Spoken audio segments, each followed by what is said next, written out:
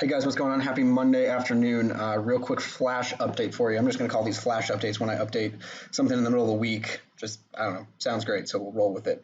But two pieces of important news that came out that you just need to keep an eye on, in my opinion, that I wanted to walk through with you real quick to make sure you saw it and know that it's there in case we start to see headlines, especially for one of these things becoming more dominant. That's going to probably become a major concern if we see that. So we'll run through it real quick. I had to add this little snippet at the bottom. All of you guys that are watching this that I send the link directly to, of course I know you, and we've talked many times, so you know that the information I'm providing here, it's just informational, right? All the stuff I give you guys is just the way I view things and what I look at to make my own personal trade decisions or investment decisions. And then with the information you get, you can choose to do with it what you will, right? Everybody's style's not the same as somebody else's. So just wanted to, I was advised I should probably add this in here. So just know it's just for informational purposes for you guys to know what's going on. And then, you know, of course, we all talk individually about what we're doing and what our thoughts are on everything. So please just take the information, understand it, and at least be aware of it, and then make decisions accordingly. So let's jump real quick right into it. So first and foremost, we'll start with the second thing. The Fed announcement today came out this afternoon and said for the first time ever they're going to be purchasing individual corporate bonds. What does that mean? Basically, that means that until now they've only been able to buy, well, not able to, but they've only been buying ETFs, mutual funds, anything like that. And now they can go actually purchase corporate debt. So let's say the example we used last week is Norwegian Cruise Line had to raise $2 billion to make it through this time while they're shut down, and they were able to do it, but they did it in the private market, so to speak. Now, technically, if they couldn't find a buyer of their bond, the Fed could step in and buy that for them. So it's another way of injecting liquidity into the market and keeping the credit market stable, quote unquote, for companies that either need it to just get through this time or maybe need it because if they didn't have it, they would default on their debt as it is. Pretty big announcement there that they're doing that. Doesn't surprise me that it came at the time that it did, but it's just one more piece of information that the Fed is flexing their muscle, and as they've said all along, they're going to use everything they can to make sure we get through this.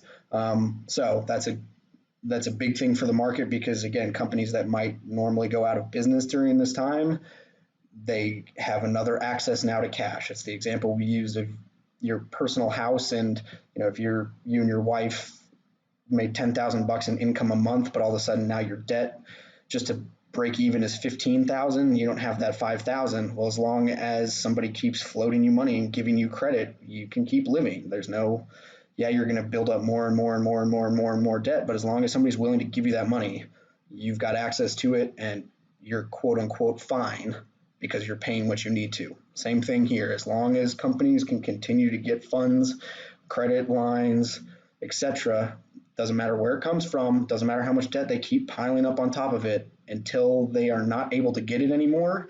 That means companies are going to be able to stay stable. So that's why you saw the market pop today, probably on that news. The other one, and the reason I put potential major importance, is a story that came out last night and really into today about Beijing.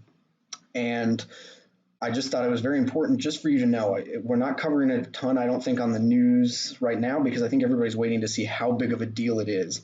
But from just the way I feel about it and what it struck me as, I just thought it was very important for you guys to understand that it's out there so that if you start seeing headlines, that could be troublesome for the market for a few reasons. So let's look back. Number one, there's always going to continue to be speculation about, well, what caused the virus in the first place? Where did it start? Some people thought it started in a lab. Some people thought it was intentional. Some people thought it started from a bat, whatever. But the most predominant headline that has kind of come to fruition over the last few months is that it started in a wet market where they sold meat and fish in Wuhan, and that's how it started infecting people, and it spread rapidly because there's a bunch of people and a bunch of meat in that market.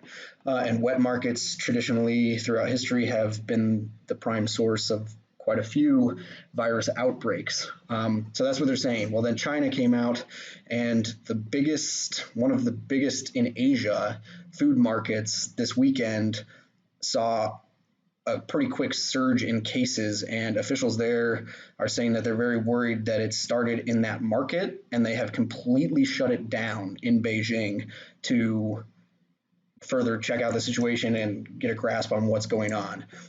So here's why that's important. To me, it feels very, very similar to where we were when this started in Wuhan, in that we kind of have some red flags going off, but nothing has really reacted to it yet. Is it possible that this is a very isolated thing, and over the coming days, their prompt response nipped it in the bud and there's not any big worry anymore? Totally. But if this ends up spiraling out of control like it did in Wuhan because a bunch of people already got it and now they've gone back to wherever they live, and Beijing is way bigger than Wuhan, and this thing starts spreading like a wildfire, regardless of whether or not we think Chinese officials are giving us accurate data, what we do know for a fact is that they are willing to completely shut down absolutely everything to make sure that they contain the virus, right?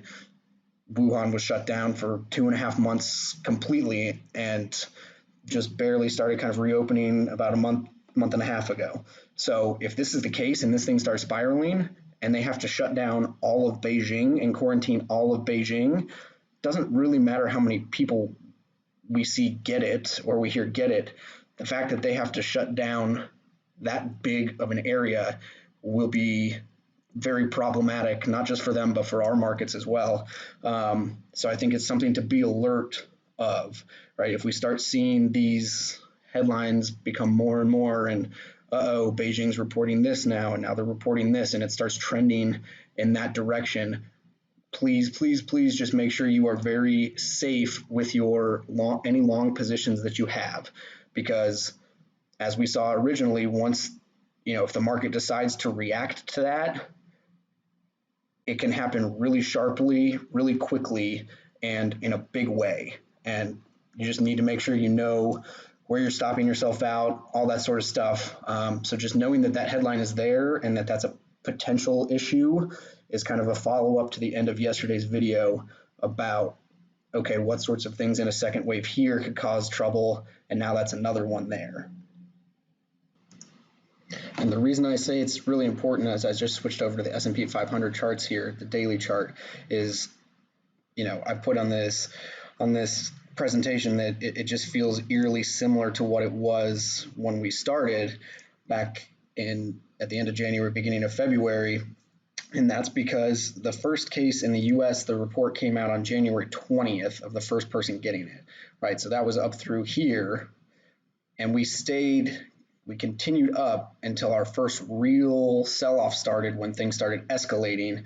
February 24th, that was when we really started this trend of selling off. So while this might not be important news today, the reason I told you guys it now and to keep an eye on it is because that, plus the fact that we're seeing states across the country ramping up cases and running out of hospital beds and all the stuff that I talked about yesterday at the end of the video, they're all some red warning flags of, okay, we need to be on alert, because if this escalates and we have to quarantine, or China's quarantine, or whatever, and we see anything even half as bad as this, you just really want to make sure you're protected. So just keeping an eye on those headlines and seeing what's going on as we go forward. It's all this data is kind of coming out to light, but the market really isn't reacting to it quite yet, just like it wasn't up through here.